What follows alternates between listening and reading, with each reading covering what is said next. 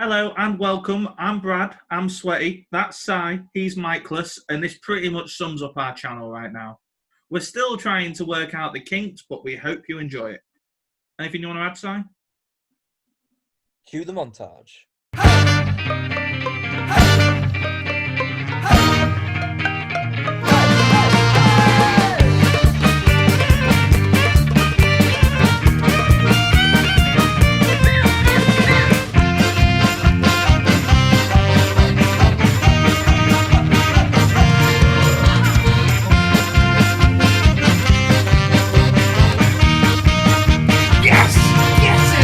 Oh my God, what a goal! Essentially, we were going to be doing the highest grossing film of 1976, which is Rocky. But Rocky won Best Picture. So it means we have to go over to number 2, and that happened to be this movie. So we are now going to be talking about A Star is Born, and I have a feeling that this will be the shortest review we've done yet. Because the other 3 movies, I don't want to spoil our opinions just yet, but the other 3 movies we all kind of loved. This one, not so much.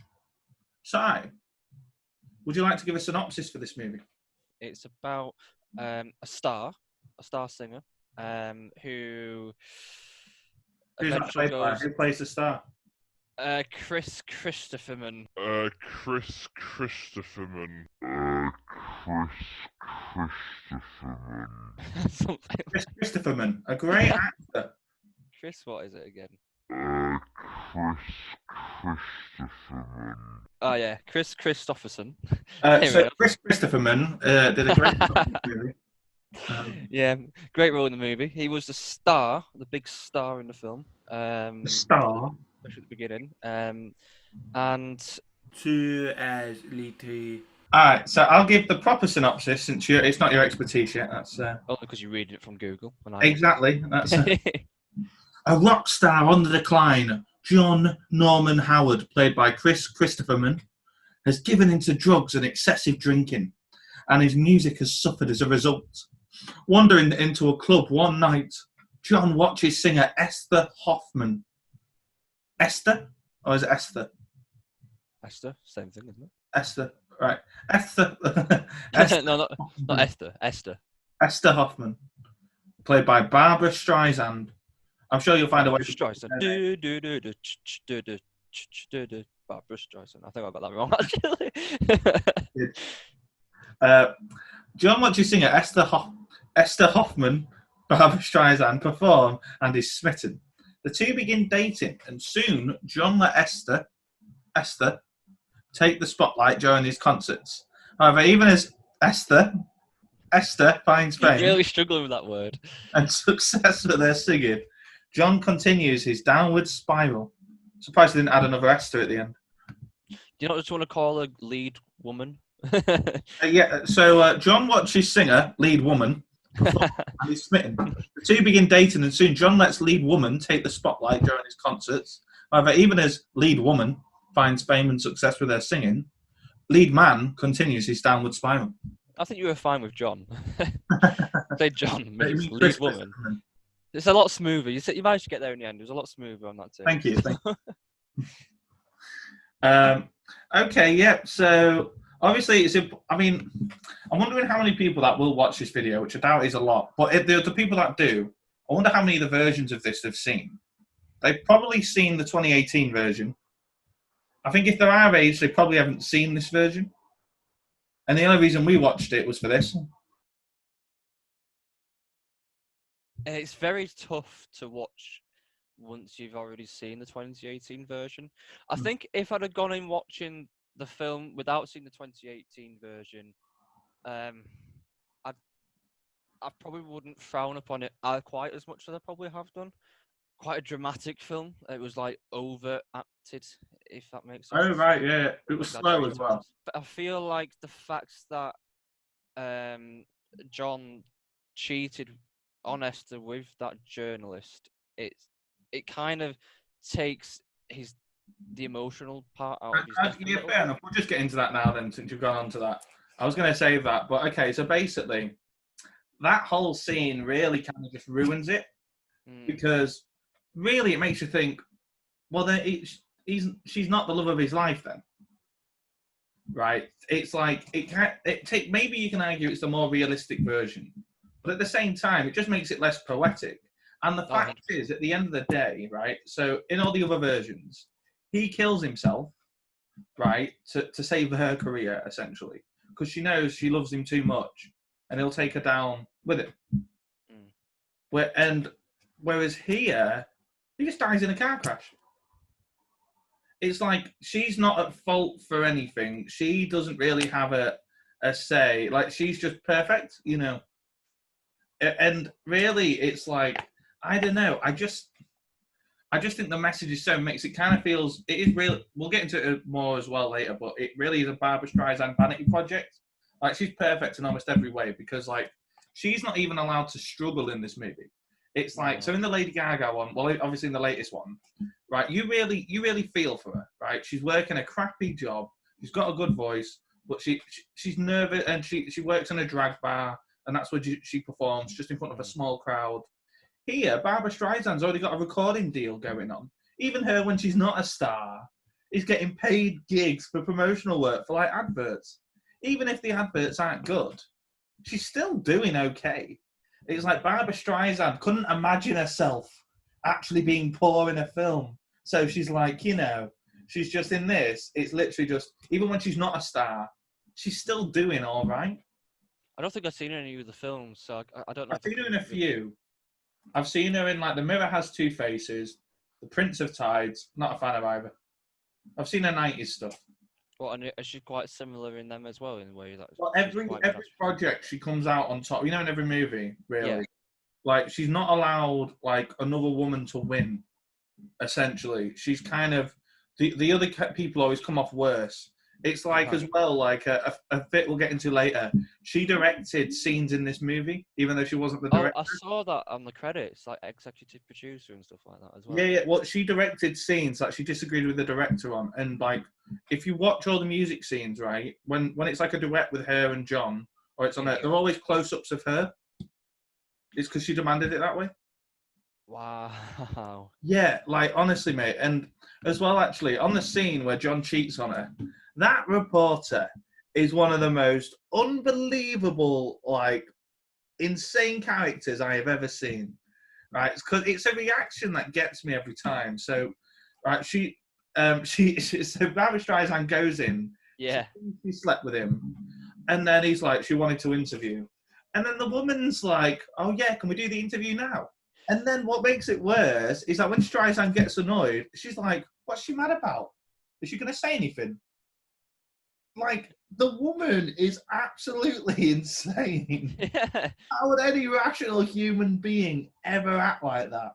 I mean, it's maybe she thought that because he's a rock star that he just sleeps with everyone anyway, and that she assumed that Barbra Streisand knew that she slept with but other even people. David Brent, I think, would have more foresight than that. Even he can read a room better than she did in that moment. I think it might be cinema's biggest ever example of someone who can't read a room. So Gary Busey's role in this, he's his manager / best mate, but he's not really a mate. You know, Kristofferson's mate. And, well, how do you think that compares to the Sam Elliott character, you know, the brother in the latest version? Because the brother's a new addition out of all the movies. It's the first remake that they've had it, you know. Yeah. I mean, they've never really had a massive starring role in it, have they? It's more just trying to keep them on track. It's more just, it's always about the two leads. But I don't know, I think even if Gary Busey maybe arguably has more screen time in this than Sam Elliott does in A Star Is Born, I think his character, you remember him so much more. Because there isn't really anyone else in the film who's really even memorable. Yeah, even though I've just watched the film, I can barely remember all the scenes that he was in. Like, as well, we're going to have to get to him. They're going to have to address the big elephant in the room, the Oreos. Hasn't aged well whatsoever. That is just, yeah. But yeah, no, the Oreos, it's the two black ladies and Streisand in the middle. Well, I don't even think they have a line. I think they just sing and giggle. I think that's their role, because they bring them back when she's on stage. Yeah. But they don't even talk to her afterwards. Like, you don't even see them as friends. They just sing. this project is essentially a vanity project for Streisand. Like, I was going to get into it later, but Kris Kristofferson and the director, Frank Pearson, both said they wouldn't want to work with her again. Oh, right. Well, Kris Kristofferson, as you like to call him, said it quite differently. His exact quote is, "Filming with Barbra Streisand is an experience which may have cured me from the movies." Wow. And Frank Pearson refuses to ever work with her again. Is that a common theme? Has she had that reaction to other films as well from people, or is it just? I don't know if we'll cover another Streisand film on this channel, but if we do, we'll look into it some more. Fair enough. Yeah, as well. So I do think, as I mentioned earlier, I don't think he should have died in a car crash. I think it does just take away from the story, because it just adds to the notion that this is a Streisand vanity project. Like, she plays no part in his downfall or his death whatsoever. She's the innocent victim in this movie, essentially.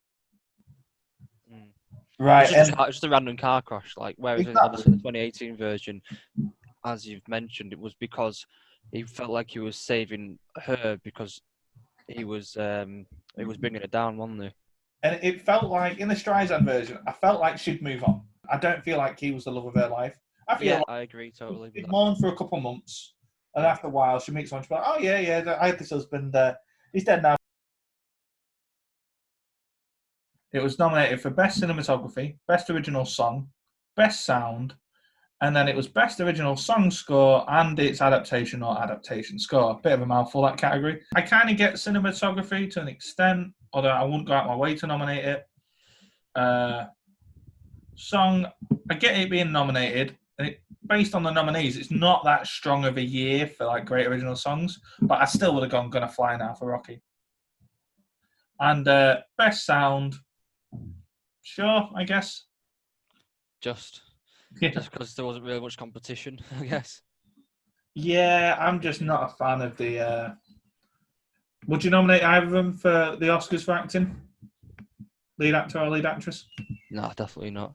I haven't seen the other films, but even at this point, I still give it to them now.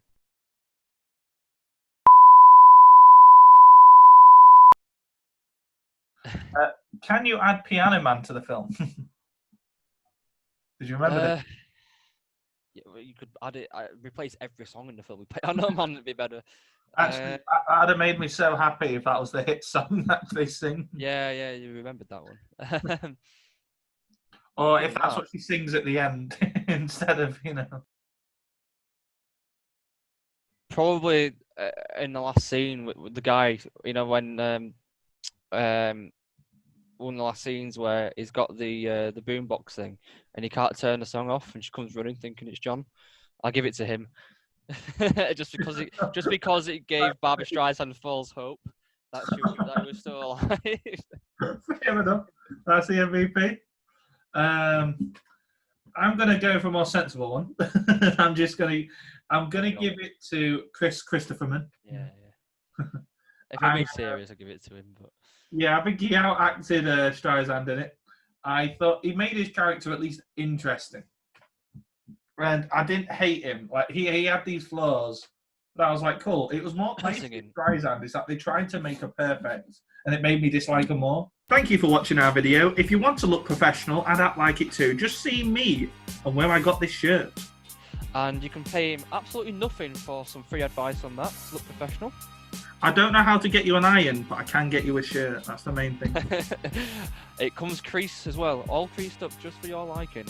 Exactly. We've got to keep it personal, just like our videos. And if you like them, like you like this shirt, don't forget to please voice Brad. Yep. Oh, that as well. See you in the next one. See you in the next one. Bye. Bye. Bye. Bye.